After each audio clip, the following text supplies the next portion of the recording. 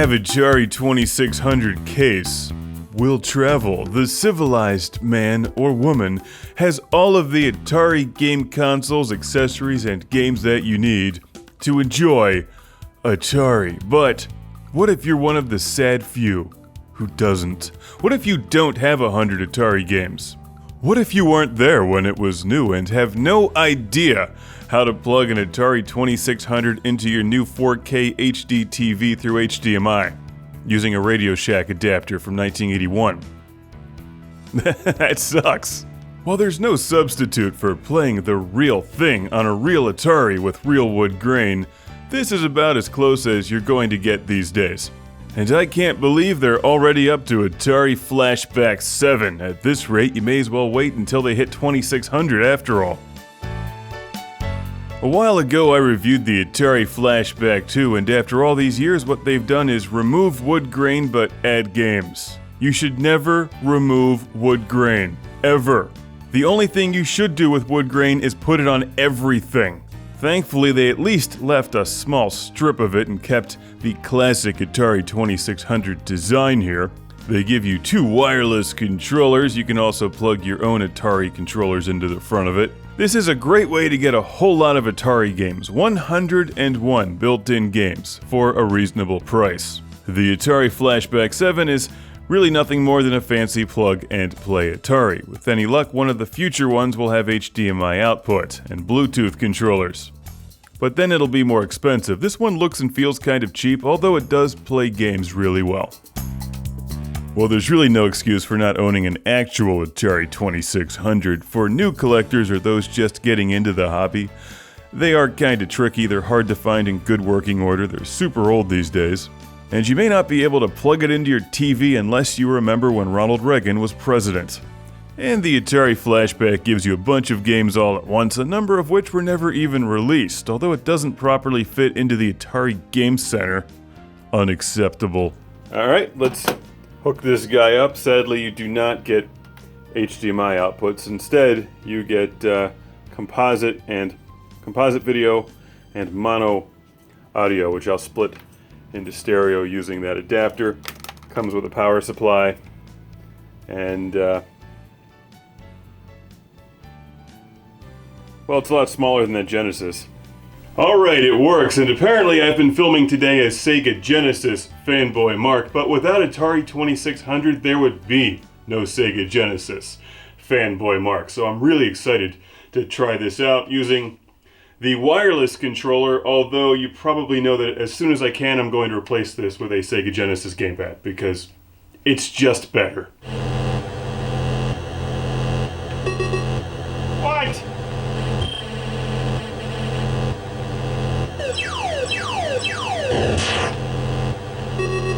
Yeah! Here I am using the wireless controller, but the problem with these older non-Bluetooth, these older style non-Bluetooth wireless devices is that you have to aim them directly at the magic eye in order to work. So if you're used to a good Bluetooth controller, this will drive you nuts.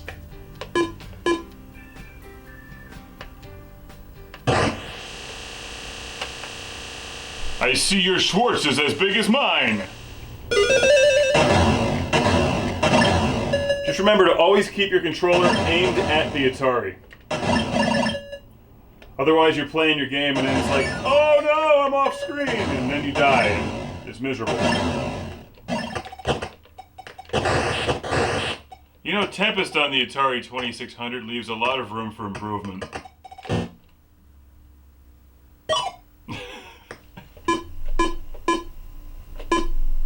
Like, I have that game.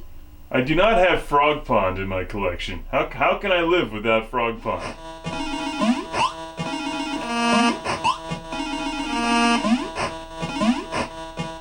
On second thought, I can live without Frog Pond. Frogger, on the other hand. Now that game's legit.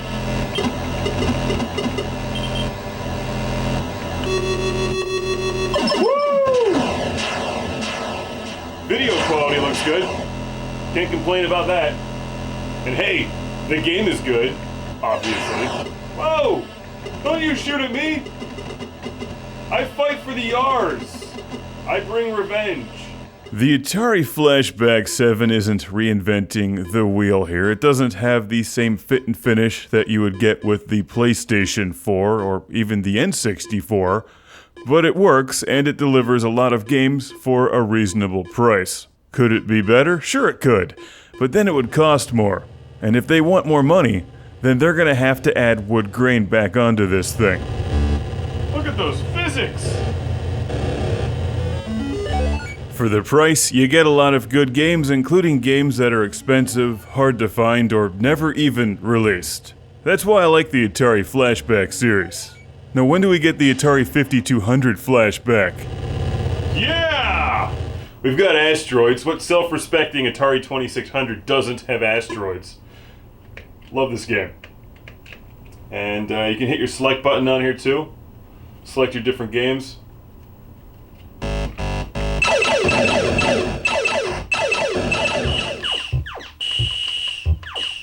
I need my All Rush mixtape and a bottle of Shasta. Ah, that's looking pretty sharp right there.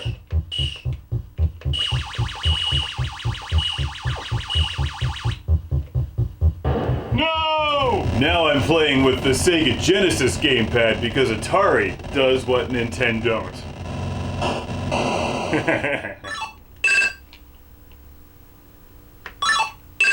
The extra games are nice to have. Aquaventure and Yar's Return are really fun.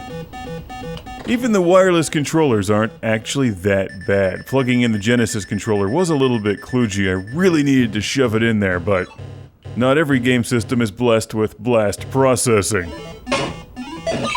No, you stupid bird! Get up!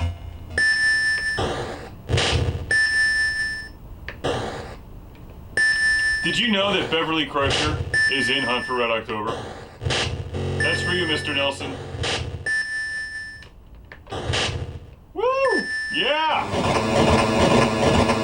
Get out of my way! I will tailgate you until you die!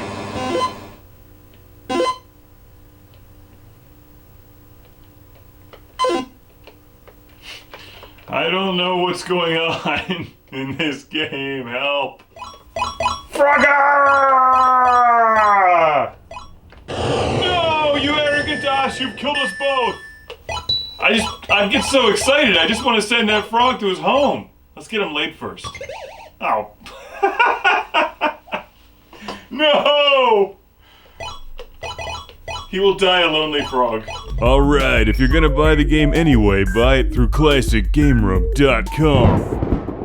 Welcome to the club. It's the Lord Carnage Club, where I thank these backers on Patreon by shouting their name in a volcano from within the zone of danger.